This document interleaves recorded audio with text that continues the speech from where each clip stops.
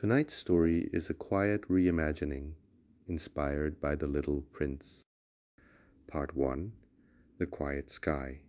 The sky over the desert was quiet in a way that felt chosen, not empty, but intentional. The stars were not sharp or restless. They rested in their places, as if they had learned long ago that shining did not require effort. The air had cooled gently.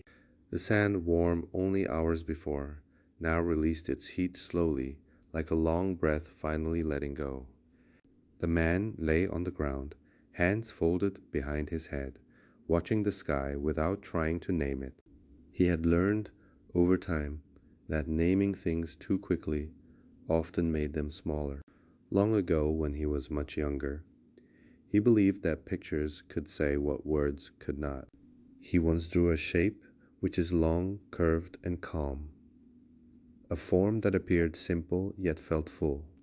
Inside that shape, something rested, something alive, something unseen. When he showed the drawing to adults, they did not sit down. They did not lean closer. They looked once briefly and smiled politely. A hat, they said, and with that single word, the picture was finished for them. They did not ask why the shape felt heavy. They did not wonder what it was holding. They did not imagine that a drawing might carry more than one truth. Adults did not look for very long. They preferred fast answers and clean labels. The man learned that lesson quietly. He folded the picture away.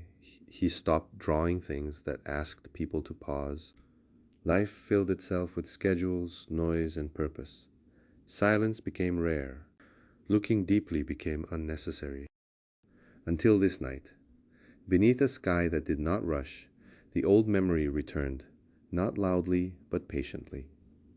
Part 2. A small visitor. The sound was so soft that at first the man thought it belonged to the desert itself. Then he heard it again, a voice, gentle, certain, unhurried. "Please," it said, "could you stay awake a little longer?" The man sat up slowly. Before him stood a child, small in size, yet steady in presence. He did not seem surprised to be there. He did not look around as if searching for direction. He stood as though the desert had been waiting for him.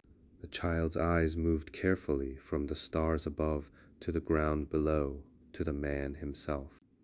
"I like this place," the child said. "It doesn't interrupt." They sat together in the sand.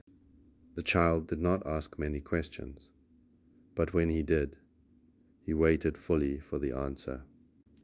There was no sense of hurry in him, no impatience. The man found himself speaking more slowly than usual, as if matching the child's rhythm without realizing it. When the man showed him the old drawing, the one that had once been called a hat, the child did not laugh. He did not nod quickly either. He took the paper gently, tilted it slightly, and looked. A long time passed. "Oh," the child said at last, as if something had settled into place. "This is something that carries a story inside." The man felt a quiet warmth spread through his chest, not excitement, not relief, recognition.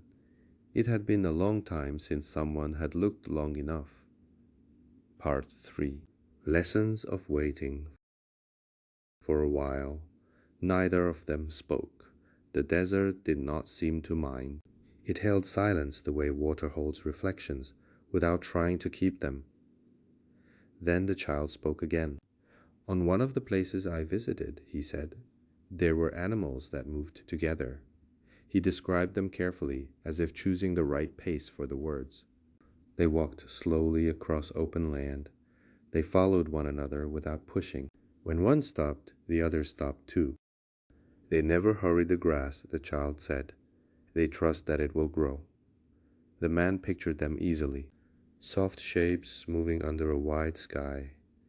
Their steps gentle, their eyes calm. "They taught me something important," the child continued. "That waiting is not empty. Waiting, he explained, was a way of listening, a way of staying. Some beings, he said, understood this better than words ever could. They did not rush closeness. They did not demand attention. They simply returned, day after day, allowing familiarity to grow quietly. Some lives know how to wait without asking. They understand that getting close takes time. The man felt the truth of it settle slowly inside him. How often had he hurried past moments, thinking speed was progress? The stars above them remained steady, as if keeping time without measuring it. Part 4. Quiet Warnings. Later, the child spoke of responsibility. Not the kind written down or spoken loudly, but the kind that lives in noticing. There were small things, he said, easy to overlook. Tiny growths, barely visible at first. They did not announce themselves. They did not seem dangerous, but they grew, not suddenly, not dramatically. They grew while no one was watching. If they are ignored, the child said gently, they become strong. Strong enough to take over space meant for something else. Strong enough to change the balance of a place. Small problems grow silently. If they are not cared for, one day they become too big. The man understood without needing an example. He thought of moments postponed, of things he meant to return to later. The child did not sound worried, only clear. Caring does not require force, he said, only attention. The desert wind moved softly across the sand, as if brushing something away. Part 5. What remains? The night had grown deep. The child stood, dusting sand from his hands. Before leaving, he looked once more at the man. Most grown-ups, he said quietly, stop staying with things.